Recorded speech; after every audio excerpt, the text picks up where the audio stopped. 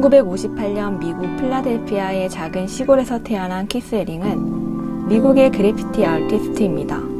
어렸을 적부터 아버지와 만화를 그리며 미술에 많은 관심을 가지게 된 그는 1978년 뉴욕의 비주얼 아트 스쿨에 입학합니다. 그는 뉴욕 거리의 벽면과 지하철역에 그려져 있는 낙서 그림을 보고 깊은 감명을 받게 됩니다. 또한 장 미셸 바스키아 등 젊은 화가들과 어울리며 왕성한 작업 활동을 하죠. 키스 해링은 거리와 지하철역, 건물의 벽 등 그림을 그릴 수 있는 공간이라면 어디든지 그림을 그리며 그래피티 아트로 발전시켰습니다.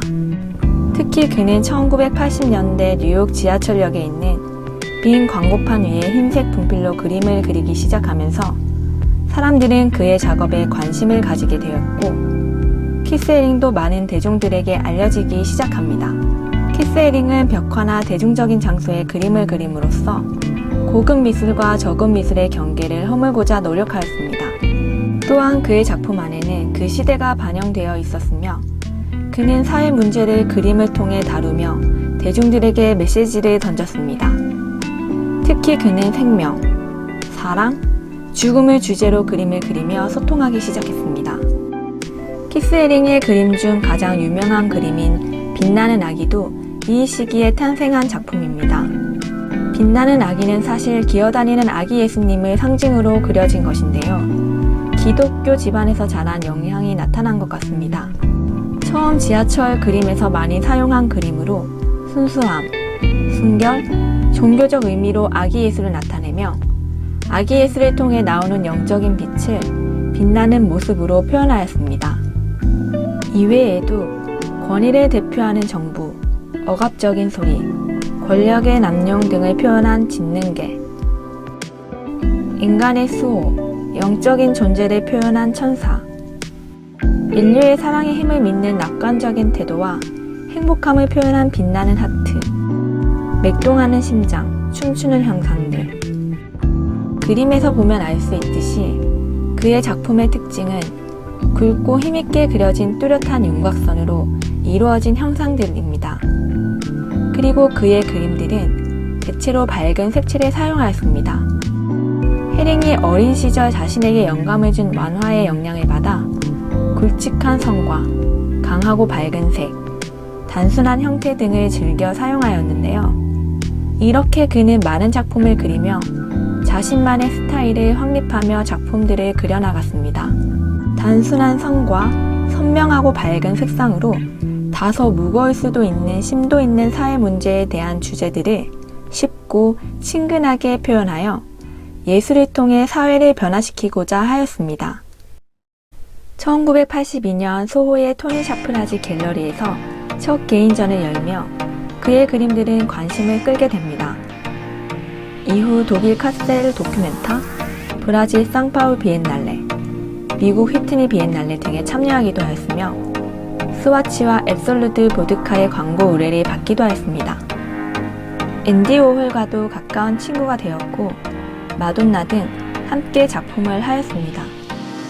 그는 특히 사회 문제에 많은 관심을 가지며 도심 속 낙서를 통해 대중들과 소통하며 새로운 메시지를 전달하고자 했는데요.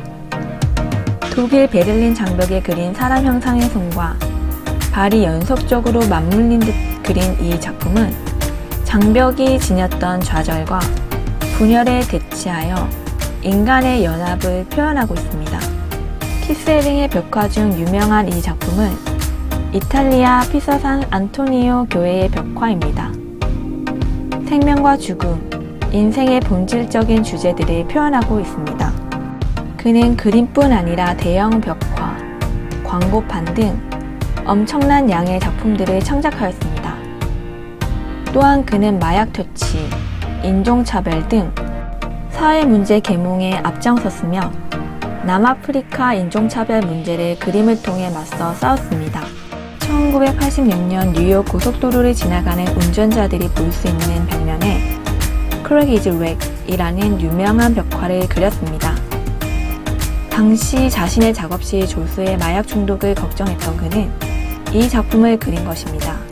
해골과 마약에 중독된 영혼들을 묘사한 밝은 오렌지색과 그의 작품의 특징인 검은 윤곽선으로 인물들을 그렸습니다. 그리고 큼직한 글씨를 적어 놓았네요.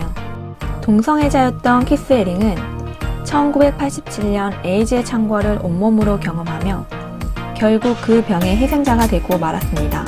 1988년 에이즈 진단을 받고 31살이라는 어린 나이의 생을 마감한 그는 피해자인 자신 그리고 에이즈 운동 단체를 위해 무지는 공포 작품을 제작합니다. 1986년에는 맨해튼의 전통적인 갤러리에서 벗어나 대중들에게 쉽게 다가가기 위해 누구나 자신의 작품을 즐길 수 있도록 스스로 팝샵을 열기도 하였습니다. 해링의 작품 속으로 걸어 들어가는 듯한 느낌으로 구성된 팝샵에는 대중들이 해링의 포스터와 배지, 티셔츠와 같은 작품들을 직접 구매할 수 있었습니다.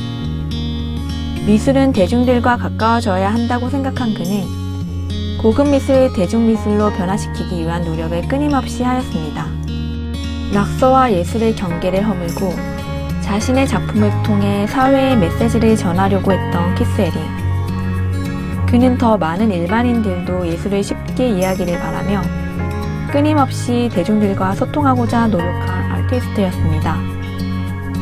그의 그림은 지금까지도 많은 사랑을 받고 있으며 팝 아트의 대표 아티스트이자 하나의 아이콘으로 자리 잡고 있습니다.